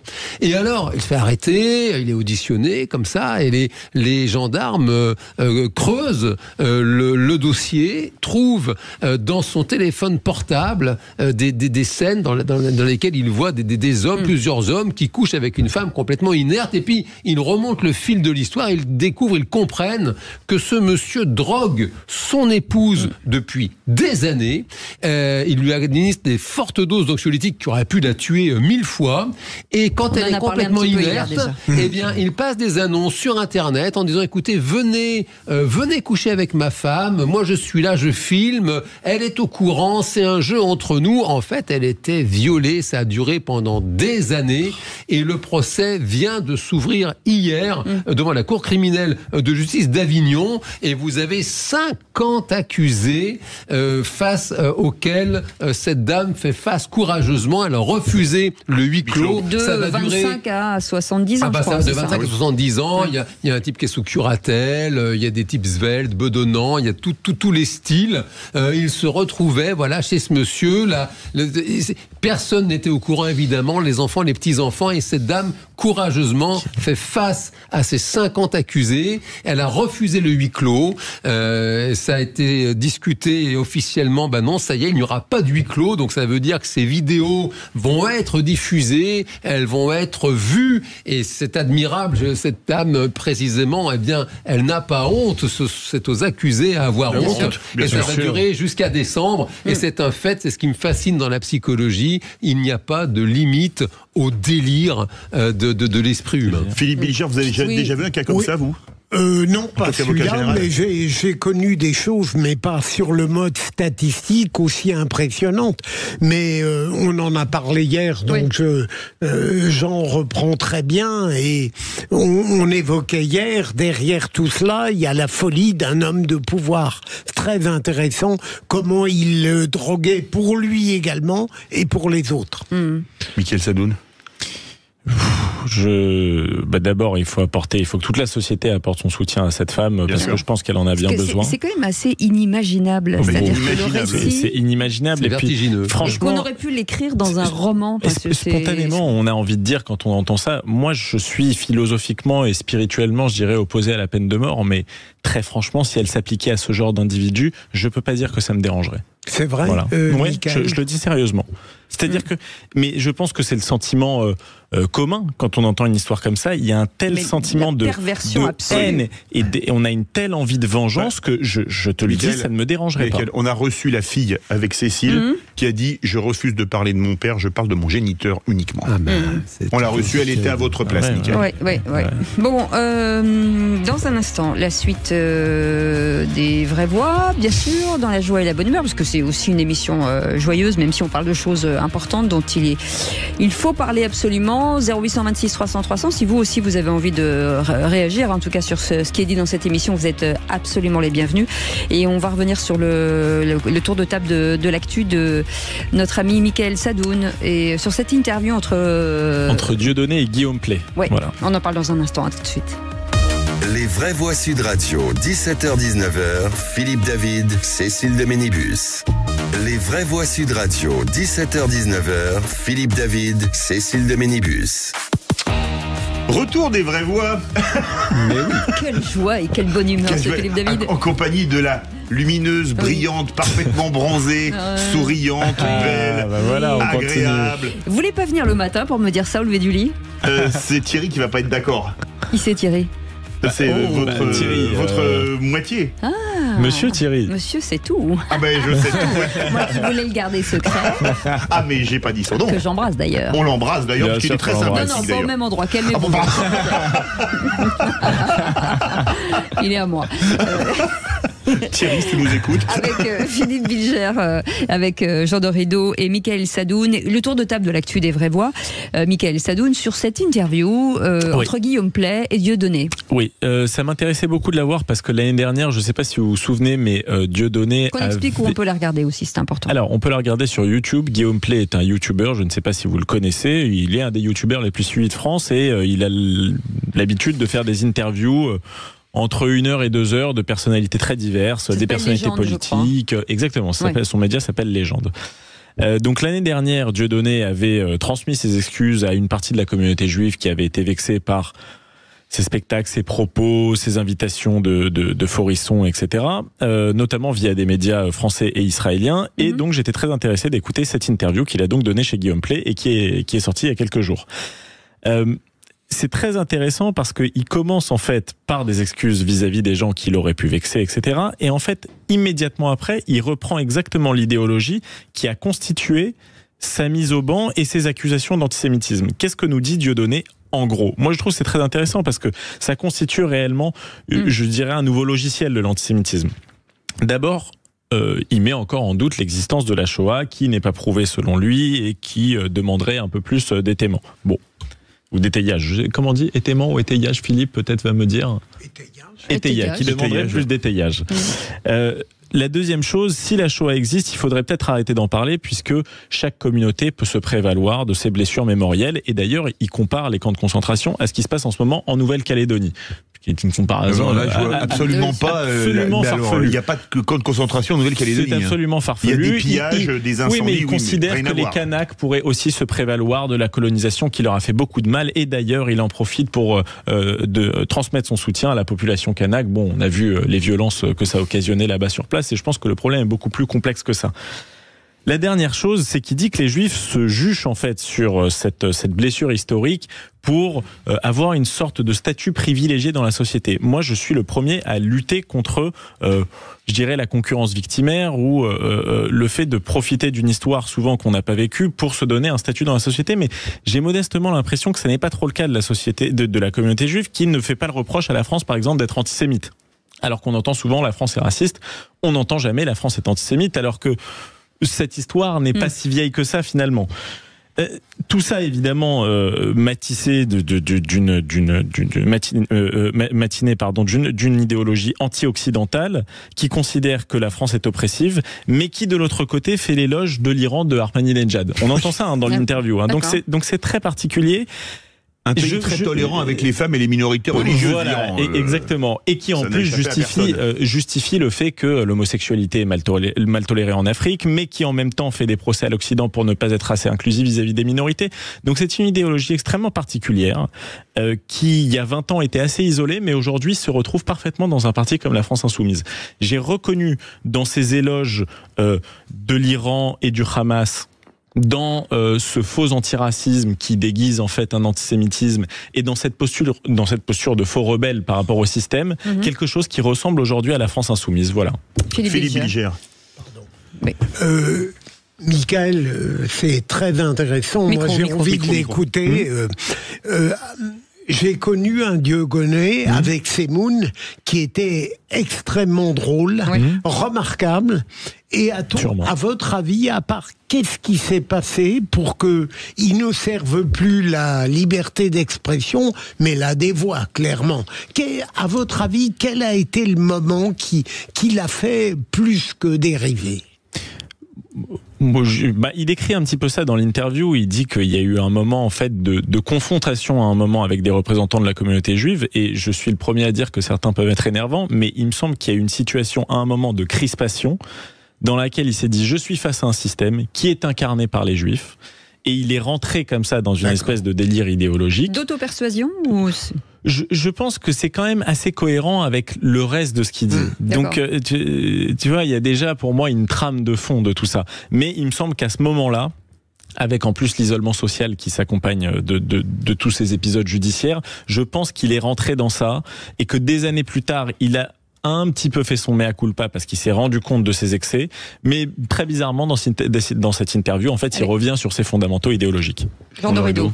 Le psychologue. Alors le psychologue, les humoristes ont ce point commun avec les politiques qu'ils ont un public. Et c'est toujours difficile quand vous écoutez ce genre de personnage, en l'occurrence Dieudonné, de savoir distinguer ce qu'il pense vraiment de ce qu'il ne pense pas, mais qu'il sert parce qu'il sait que ça va plaire à son public. Dieudonné, il a un public vrai. Qui est fidèle. C'est une sorte de clientélisme en fait. Je suis sincèrement curieux. Le personnage, Bilger l'a rappelé, il a un parcours parcours assez incroyable, un talent reconnu par tout le monde. Très drôle. Et il y a cette bascule dont Bilger a parlé. À mon sens, je crois que c'est un jour où il s'est vu refuser une avance sur recette du CNC. Il avait un projet de film de donner, il s'est vu refuser ça. Et à mon sens, c'est là qu'il a basculé dans quelque chose d'un peu délirant, il faut bien le dire. Maintenant, encore une fois, c'est difficile de distinguer qu'est-ce qu'il pense vraiment, quelle est la part de recette, d'humoriste qui connaît les ficelles, qui plaisent à son public. Et c'est très difficile. J'adorerais un jour comprendre, peut-être rencontrer ce monsieur, l'écouter, mais enfin, même en face à face, c'est difficile de distinguer. Merci beaucoup. Il y a eu beaucoup du vergès du pauvre chez lui. Oui, totalement. Merci beaucoup. Dans un instant, on va revenir sur la mort d'un cycliste de 51 ans, dimanche, causé par un conducteur sans possession, en tout cas sans permis de conduire. Les actes de criminalité sur la route s'accumulent et augmentent de plus en plus sur la route, Philippe. Oui, alors parlons vrai. Y a-t-il un sentiment d'impunité au point de ne pas empêcher la récidive comme un mougin? Les peines contre les criminels de la route sont-elles à la hauteur? Et à cette question, avons-nous les moyens de mettre fin à la criminalité routière? Vous dites oui à 58%. Venez nous donner votre avis. Aude attend vos appels au 0826 300 300. Pour en parler, Rudy Mana est avec nous, porte-parole national du syndicat Alliance. Petite question avant de partir en pub, est-ce que vous vous sentez désemparé en tant que policier? Aujourd'hui, avec les lois que nous avons, oui, on est totalement désemparés. On en parle dans un instant. Soyez les bienvenus, 0826 300 300, c'est les vraies voix jusqu'à 19h. Et on vous attend. Sud Radio. Sud Radio. Parlons vrai. Parlons vrai. Sud Radio. Parlons vrai. Les vraies voix Sud Radio, 17h-19h, Philippe David, Cécile de Ménibus. Au sourd de cette table entre papa et maman, Philippe Bilger à ma gauche. Et pour vous dire comme il est important, c'est le grand-père. C'est Daddy. Oui. Et puis le petit dernier, Michael Sadoun, qu'on a eu avec Philippe David au dernier moment. Et puis Jean Dorido, qui est devenu quelqu'un. On avait peur avec son père, mais finalement ça s'est bien passé. C'est bien, non? Au niveau des portraits, vous ferez appel à moi ça ou pas? J'apprends que vous jouez au papa et à la maman avec Philippe David. Tout à fait. Mais les Français aiment la vérité. Je me sens mal, Cécile. Faut jouer au docteur, là. C'est autre chose. Est-ce de l'info, est-ce de l'intox? Appelez au 0826 300 300. L'enquête est en cours. Allez, tout de suite, le coup de projecteur des vraies voix. Les vraies voix Sud Radio. Le coup de projecteur des vraies voix. Une nuit d'horreur à Mougins. L'adjudant Éric Comines effectue un contrôle de routine. Un conducteur au volant d'une berline noire refuse le contrôle et percute très violemment le gendarme avant de prendre la fuite. Ce n'est pas un refus d'obtempérer. C'est un crime. Ce n'est pas un fait divers. C'est un fait de société. Après avoir percuté violemment un vélo, le conducteur et sa passagère abandonnent leur véhicule et prennent la fuite sur cette route d'Avignon dimanche dernier. Les rodéos urbains, les chauffards de la route tuent plus de personnes que les règlements de compte ou les braquages. Ce conducteur n'a pas d'excuses. Le cycliste, 52 ans, circulait sur la voie rapide, traîné sur plusieurs mètres. Il est mort sur le coup. Et à la suite d'une série de drames qui posent encore la question de la criminalité routière, à Avignon, un cycliste est mort percuté puis traîné par une Lamborghini, une voiture de location. Le chauffeur de 25 ans a pris la fuite dimanche avant de se rendre. Il avait perdu son permis il y a quelques mois pour conduite sous l'emprise de la drogue. Ce drame intervient, bien entendu, après la mort de cette petite fillette de 7 ans percutée à Valoris et celle du gendarme lors d'un refus d'obtempérer à Mougins. Alors parlons vrai, Mougins, Valoris, Avignon, est-on dans une spirale infernale? Est-ce que le délit d'homicide routier qui aurait dû être voté mais qui ne l'a pas été suite à la dissolution devrait revenir sur la table quand l'Assemblée va resiéger? Et à cette question, avons-nous les moyens de mettre fin à la criminalité routière? Vous dites oui à 58%. Vous voulez réagir? Le 0826 300 300. Notre invité Rudy Mana est avec nous, porte-parole national du syndicat Alliance. Merci d'avoir accepté notre invitation. Bonsoir Philippe Bilger. Alors, je voudrais faire 2-3 observations pour après, évidemment, laisser la parole à mes amis, à Rudy, qui connaît ça très bien. D'abord, je pense qu'il est parfaitement inutile de créer d'autres lois qui est la manière française de ne pas répondre à une réalité préoccupante. Deuxième élément, il faut bien voir que dans certaines tragédies récentes, je dirais, l'état de droit, dans sa pureté, a été respecté. Il n'y a pas eu de faute professionnelle ici ou là. Troisième élément, il est fondamental d'appliquer dans leur sévérité les mesures qui sont prévues pour des refus d'obtempérer, suivis donc de tentatives d'homicide ou d'homicide. Et il faut avoir l'attention, mais focalisée sur le fait, ce que la gauche ou l'extrême gauche ne font jamais, c'est qu'il y a beaucoup de refus d'obtempérer qui ne se terminent pas par des tragédies, mais que pratiquement tous concernent des gens qui veulent échapper pour des motifs très précis au contrôle de la police. Et donc, parfois, on parle des refus d'obtempérer comme si les honnêtes gens, tout à coup, décidaient de ne pas obéir à l'injonction de la police. Ça n'arrive jamais. Ce sont tous des voyous, des anciens voyous ou des futurs voyous qui font le refus d'obtempérer. Il faut qu'on ait ça dans la tête. Et ensuite, je finis, pardon, je suis trop long, il faut rétablir les peines planchées, parce qu'on ne fera jamais comprendre à certains magistrats la gravité de certaines infractions si on ne leur impose pas des peines minimales. Jean de Rideau. Alors j'ai tendance à rejoindre Philippe Bilger sur cette notion de peine planchée. Typiquement, quand j'étais gamin, c'est mon éducation, conduire sans permis, c'était même pas que c'était grave, c'était juste impensable. Voilà, c'était impensable. Un truc, c'était le truc, on n'y pense même pas. Conduire sans assurance, pareil. Et j'ai le sentiment qu'avec le temps, c'est quelque chose qui s'est répandu comme le sucre dans le café, et que finalement, il y a aujourd'hui des personnes pour qui, dans le fond, c'était pas si grave de conduire sans permis. Est-ce que peut-être, une question vraiment sincère, est-ce que peut-être l'effet du permis à points qui fait qu'il y a eu mécaniquement quand même du monde qui s'est retrouvé à ne plus avoir de permis du jour au lendemain, est-ce que ça a pu participer de cette banalisation de la conduite sans permis? Mon sentiment personnel, c'est qu'il y a un souci du rapport à la violence qui est problématique. C'est pas que la route, c'est aussi la route. À titre personnel, je pratique la course à pied et ça m'est arrivé cet été. Tout le monde m'évitait tout le temps quand on court en ville. Les automobilistes, en général, sont très courtois, font attention. Et cet été, j'étais surpris de voir des personnes, même d'un certain âge, qui me fonçaient dessus. Si je ne m'étais pas écarté, elles me seraient rentrées dedans. Et là, c'était l'hôpital ou la morgue ou le fauteuil à vie. Et ça, pour moi, c'est nouveau en termes d'expérience. Mickaël Sadoun. Moi j'aime bien les chiffres quand je vois des faits qui semblent des faits divers. Certains parlent de faits divers. J'aime bien voir les chiffres pour savoir si ce sont des faits de société. Et ce sont des faits de société. J'ai de quoi le prouver. Les refus d'obtempérer ont été multipliés par 2 en 20 ans. D'accord ? Il y en a 25 000 par an aujourd'hui. Les refus d'obtempérer, qu'on appelle aggravés en plus, ont été multipliés par 2 en 20 ans. 20 minutes. Exactement, 1 toutes les 20 minutes. Pourtant, le nombre de morts sur la route diminue tendanciellement avec les années. La sécurité des voitures est plutôt meilleure et la part des ménages qui ont une automobile n'a pas tellement varié.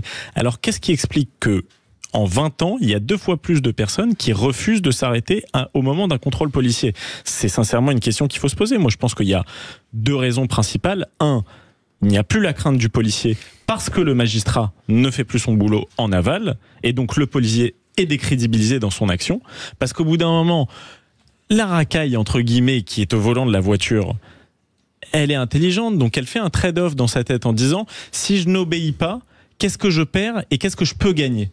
Donc elle sait actuellement que la justice ne sera pas dure. Donc je pense qu'il y a ce manque de respect vis-à-vis du policier, et il y a une tendance chez certains hommes politiques et même dans la société de tolérance, de coolitude vis-à-vis du refus d'obtempérer. Les stars, alors c'est évidemment dramatique ce qui s'est passé avec Naël Merdouk, il y a aucun problème pour le dire. Mais il y a eu à ce moment-là une vague de compassion, et on n'a pas observé la même vague de compassion vis-à-vis des victimes des refus d'obtempérer. Donc il y a un côté un peu, bon, ça va, le pauvre, il n'a pas voulu s'arrêter. Non, c'est extrêmement grave et ça peut être mortel. Comme disait Luma, c'est les risques du métier du policier. C'est une honte. Alors, moi je ne veux pas relativiser, Rudy Mana. Ma question est de dire, est-ce qu'on peut mettre au même niveau un délinquant multirécidiviste? Parce que les refus d'obtempérer, ce sont aussi parfois des pères de famille qui n'ont pas payé leur assurance, qui prennent peur parce qu'ils ont besoin de leur voiture pour travailler. Alors, est-ce que ça fait d'eux des délinquants au même titre que les autres? Il faut dissocier ces personnes-là. Bien sûr qu'il faut dissocier. Alors, pour répondre un petit peu à tout ce que vous avez dit, vous avez tous en partie raison. Déjà, il y a un recul de l'autorité de l'État, il est évident. Il est, depuis plusieurs années, la peur du policier, effectivement, n'existe plus, tout simplement parce que les sanctions judiciaires, on a l'impression qu'elles n'existent plus non plus. Avec ces fameuses peines de prison, où vous avez moins d'1 an de prison, de toute façon, vous y faites pas 1 minute en prison. Quand vous avez moins d'1 an, vous faites pas 1 minute en prison. Alors, ils ont les bracelets électroniques, mais les bracelets électroniques, pour eux, c'est le trophée de la Ligue des Champions. Ils le montrent à tout le monde, ils vont à la plage avec, ils sont trop contents de montrer ça. Ça, c'est la première chose. La deuxième chose, je crois, Philippe, c'est vous qui avez parlé de l'homicide routier. Absolument. Oui, parce que c'est insupportable d'entendre homicide involontaire. C'est insupportable parce que quand vous prenez le volant, que vous êtes alcoolisé, vous savez que vous êtes alcoolisé. Quand vous prenez le volant, que vous êtes sous le stupéfiant, vous savez que vous êtes sous stupéfiant. Et quand vous prenez le volant et que vous faites un wheeling, une roue arrière, vous savez que vous faites une connerie. Donc c'est pas involontaire. Alors bien sûr qu'ils n'ont pas la volonté, je sais que le magistrat va me répondre, ils n'ont pas la volonté de tuer, mais ils prennent le volant. Ils prennent le risque d'eux. Ils prennent le risque d'eux. Donc c'est beaucoup plus à propos de parler d'homicide routier, et je rejoins le chef Aleno là-dessus, parce que quand on perd un enfant, et je pense au papa de Camilla qui c'est terrible de perdre une enfant de 7 ans, c'est terrible de perdre des enfants tout simplement. Mais là, sur des faits comme ça, c'est absolument insupportable. Alors, est-ce que les sanctions pénales sont à la hauteur? Je vous le dis de manière très claire, non. Est-ce que l'État est à la hauteur? Je vais aller plus loin. Non plus, parce que aujourd'hui, quand vous êtes policier, vous n'avez plus le droit de faire des courses-poursuites. Vous n'avez plus le droit aussi pour protéger le policier, parce que s'il arrive un accident à la personne qui prend le délit de fuite, vous allez en être responsable. Et quand vous êtes flic, il faut se dire les choses. Si un gars ne refuse le contrôle, mais vous avez envie de le choper, vous avez envie de le serrer, parce que c'est le cœur de notre métier. Et c'est insupportable pour nous de se dire, mais attention, si on le poursuit, on n'a pas l'accord de la salle de commandement. Que va-t-il se passer s'il y a un accident? C'est insupportable pour nous. Donc remettons le métier de policier au cœur du débat. Pardon, j'ai une question. Est-ce qu'on ne peut pas se retourner aussi contre les loueurs? Alors je sais que c'est beaucoup des loueurs à l'étranger qui louent des voitures à n'importe qui, à quelqu'un qui a un permis, donc qui est prêté à une autre personne. Allons chercher la personne qui a loué la voiture avec son permis. Alors déjà, responsabilisons ces gens. Tout à fait. Parce que la Lamborghini, en peine complémentaire, il faudrait systématiquement détruire l'engin qui a commis un acte de refus obtempéré. Ça doit être systématique. Aujourd'hui, ça existe que dans très peu de cas, parce qu'il faut que ce soit le propriétaire du véhicule. Il faut le faire. Ça ferait de l'argent pour l'État. Alors, ça ferait de l'argent, mais il faut le détruire systématique. On prête un scooter à un individu qui fait un refus d'obtempérer à la police, eh bien tant pis pour nous, il a fait un refus d'obtempérer. La moto doit être détruite. Je vous assure que ça ferait passer un message. Aujourd'hui, il n'y a pas de message. Il n'y a aucun message pour les refus d'obtempérer. Et quand on parle d'un refus d'obtempérer, Michael, toutes les 20 minutes, mais en fait, c'est les chiffres officiels. Mais il y en a beaucoup plus. Il y a un refus d'obtempérer toutes les 10 secondes en France. Parce que quand vous êtes un flic qui a un scooter devant qui n'est pas plaqué, avec un individu qui a un casque noir et un haut noir, avec sur un scooter noir, ben vous n'allez pas faire un procès verbal pour accumuler à l'enquêteur d'autres procédures. Ben vous faites rien. Donc ceux-là, ils ne sont pas comptabilisés. Seuls sont comptabilisés ceux dont on établit des procès-verbaux. Donc c'est pas toutes les 20 minutes. En réalité, c'est beaucoup plus. Et c'est la raison pour laquelle beaucoup échappent au refus d'obtempérer, parce qu'ils ne veulent pas que le véhicule soit récupéré. Et deuxième élément, on pourrait au moins systématiquement proposer la qualification de mise en danger de la vie d'autrui. Et troisième élément, pardon Cécile, je finis là-dessus. Non mais vous avez raison. On parle de la délinquance routière, mais notre problème, et vous le savez bien Rudy, c'est qu'il y a énormément de secteurs de la délinquance où on pourrait avoir les mêmes raisonnements très pessimistes. C'est-à-dire que ça ne va pas. en réalité. Rudy Mana. En Angleterre, par exemple, pour les roues arrière, les rodéos urbains, les policiers renversent les motards. En France, c'est impossible ? Franchement, je vous le dis, aujourd'hui, avec l'état d'esprit, oui, c'est totalement impossible. Vous imaginez, déjà, on peut pas poursuivre. Parce qu'on se dit, si le jeune qu'on poursuit est éventuellement un jeune de cité qui meurt, ça va créer des émeutes dans toutes les cités. Imaginez si un policier pousse ce jeune et qu'il meurt suite au contact du véhicule de police. Puis certains médias et puis la responsabilité pénale qu'on va avoir. Alors nous, bien évidemment, alors en Angleterre, c'est pas tous les policiers, c'est des policiers qui sont formés à ça. Absolument. Donc c'est pas, mais effectivement, nous on n'est pas contre. Alliance Police Nationale, je vous assure qu'on n'est pas contre là-dessus. Mais ce que le législateur a peur en France, parce qu'en fait, on est sous une chape de plomb. Excusez-moi, c'est dramatique, mais dans le cas de Valoris, un de vos collègues aurait vu le type qui faisait une roue arrière, qui doublait tout le monde, qui va tuer la petite Camilla, il aurait rien fait, il aurait laissé faire. Oui. Alors on aurait essayé de l'interpeller. Mais c'est terrifiant, bien sûr que c'est terrifiant. Vous savez, on le vit tous les jours. On voit des choses horribles tous les jours. On voit des gars qui ont des comportements, et Cécile a raison, c'est pas forcément des multirécidivistes. On a des pères de famille, effectivement, qui ont bu 2 verres, qui disent oh là là, je vais perdre mon permis, et ils s'arrachent. On voit des gens aussi qui ont pas d'assurance parce qu'ils n'ont pas pu payer, qui prennent aussi, qui prennent la fuite. On voit de tout. Alors effectivement, il y a une certaine catégorie de population qui fait plus facilement des refus tempérés. Il y a même des policiers marseillais m'expliquaient qu'il y a même des jeunes qui s'arrêtent à hauteur des véhicules de police et qui les branchent, qui les chauffent pour faire un refus d'obtempérer. Ils disent essaye de nous suivre. Ça arrive aussi. Donc voilà où on en est aujourd'hui. C'est fou. C'est terrible. Merci beaucoup en tout cas d'avoir été avec nous, Rudy. Merci beaucoup, Philippe Bilger. À demain. À demain, mon petit. Merci beaucoup, Jean Dorido. Merci beaucoup, Michael Sadoun. Toujours un plaisir. Pourquoi vous me regardez avec cette tête de crooner comme ça? Parce que j'en profite. Je vous regarde avant de vous retrouver, peut-être, je ne sais pas, dans une semaine, dans 15 jours, au plus vite en tout cas. Et ben ça, c'est tonton Philippe David. Appelez-moi tonton David. Tonton David, une pensée d'ailleurs, il nous a quittés il y a quelques années. Tonton David, sympa. Et on retrouve Philippe David dans 1 heure avec le football. Le football, les premières vraies voix du foot avec Guy Carlier et Emmanuel Galasso. On va affûter les crampons. Tiens, on va même parler de l'OM. Vous allez voir, vous qui êtes Marseillais. Le plus grand club de France, vous ne l'avez pas précisé. N'importe quoi. Ça commence déjà. Monsieur a le sens de l'humour. À la gorge.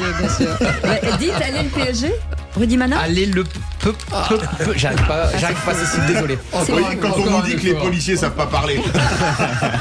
Allez, moi je vous retrouve dans un instant. On va parler emploi dans le secteur du bâtiment qui souffre lourdement dans cette crise actuelle et avec des solutions. Allez, à tout de suite.